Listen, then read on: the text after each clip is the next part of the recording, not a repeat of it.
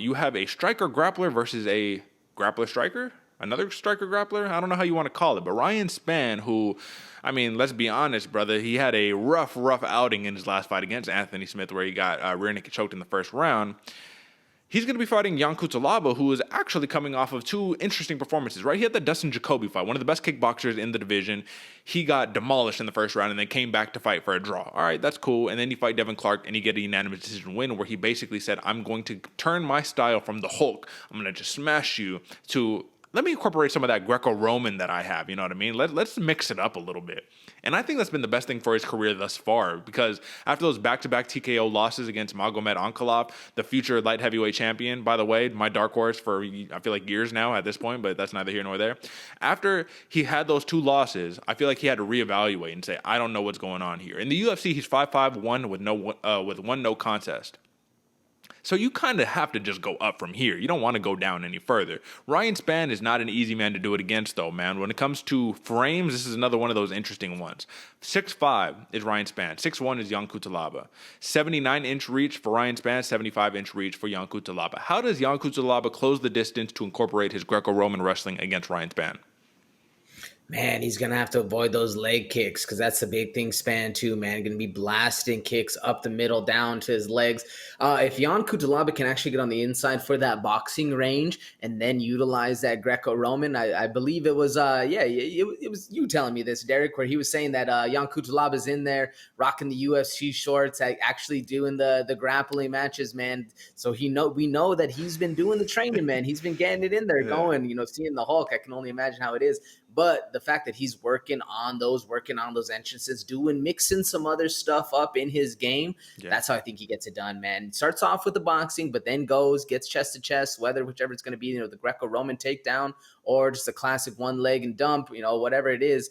I think that's the best way for him, man. Although Ryan Spann, he's also very talented in that ground game, so it's going to be interesting to see. I agree with you, though. The best things that could have happened to Jan Cutelaba were the two Magomed Ankalaev losses, and then realizing that you can't just run through and smash everybody, even a guy like Dustin Jacoby, and you got to go out and do what's best for you. If he implements that, I can see him doing a lot better in this fight. What about you? Yeah, I agree there. I just think that you have to be careful of Jan Cutelaba. You just take Ryan Spann down. It's not like you can just take him down and have no worries, just smash him, right? Because Ryan Spann, even though he's a better hammer than he is nail most times, his grappling chops are legit. 11 submission victories, 5 knockouts, man. So he's clearly a specialist in that way, if that's how you want to look at it on paper. This is also an orthodox versus southpaw matchup, man. So it's going to be interesting how the lead hands are kind of just going to be, touching up on each other. You know what I mean? Who's going to win that foot battle? It's going to be interesting in the striking realm. So who do you think has the striking advantage, Spann or Cutelaba? It's like they're different. Cutelaba has the big bricks of power bombs, and Ryan Spann could be a little more technical in his striking. So who do you give the edge to? Yeah, a little more technical, but he can also still get a little loose in there. That's kind of why I like Spann a little bit, man. He can get a little wild in there. I think Spann's more likely to win that decision point battle striking contest fight, where Jan Cutelaba, he has that kind of crazy power that once he feels that he's hurt you, he's going to go in blitz mode, and that can always end up either good or bad for you, where Spann's a little more consistent, if you will. Who do you think? Yeah, I like to give it to Spann just because Jan Cutelaba, with those big bricks in his hands, he does tend to load up and overextend from time to time. Spann does the same thing, but for Cutelaba, man, I just think that his is more of a have to hit you with the one-hitter quitter or the ground and pound a bunch of strikes. For Ryan Spann, I think he could stiff you with one of them. But my real question right here, AJ, in terms of this matchup, Ryan Spann versus Jan Cutelaba. Oh, everything good over there, brother? Yep. All right. Cool. In my estimation, Ryan Spann versus Jan Cutelaba, like, this is a pretty high stakes matchup. Not the highest stakes matchup at the end of the day, but this fight happens 10 times, AJ. Let's just say this fight happens 10 times. How many times out of 10 does the fight get finished? Fight get finished before inside the distance? Yeah. Man, I'm thinking like 7 or 8. Like, it gets finished a lot. Yeah, I think so too. So that's why I'm just kind of look at it, and I was like, all right, well, when I'm looking at the props for this one, because by the way, Ryan Spann plus 175 underdog, which once again very interesting, given that Jan Cutelaba is the shorter, shorter stature man, right? The man who's going to have to do a little more work to get on the inside. He's the minus 210 favorite. But this is the props that we got right here. For a Ryan Spann TKO, plus 400. This is the interesting one for me right here. Jan Cutelaba for a TKO, minus 125, brother. They're in minus money for Jan Cutelaba. That's how confident they are that he gets the finish on Ryan Spann.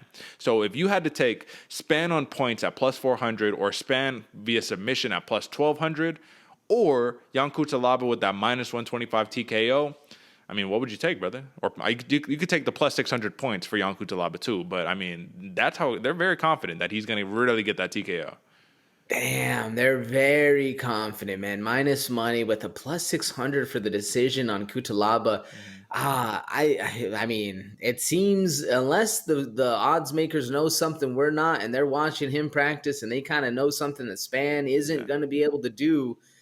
It's intriguing to see a minus for that KO, but I like the Spann by points. I mean, that what'd you say, plus 200? Brother, it's plus 400 for Spann on points.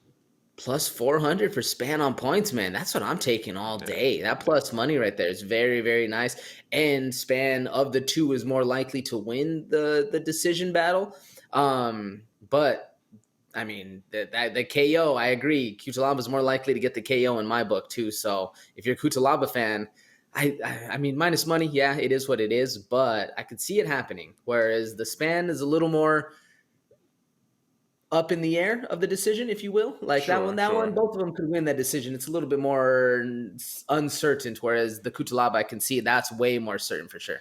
Yeah, I don't know, man, because I feel like both of them can get a TKO on each other. Both of them can decision each other. It just depends on how the game plan unfolds, right? For Jan Cutelaba, I could see him literally just using that wrestling, holding Spann down, and just trying to smash ground and pound for 3 straight rounds. But I could also see Ryan Spann doing literally the exact same thing to Jan Cutelaba. So whoever's able to exact their game plan is going to be the victor.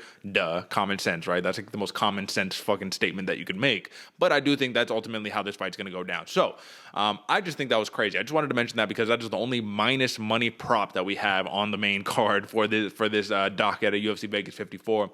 I'm going with Ryan Spann, brother. And you know what? I like the points too. I've been playing out all the possibilities. I'm like Doctor Strange with all the fucking 1,000, different multiverses and possibilities happening. And I was like, I like Ryan Spann. This dude was so coveted in the last couple of fights, but he dropped one to Johnny Walker. That one was kind of fluky, right? Either way.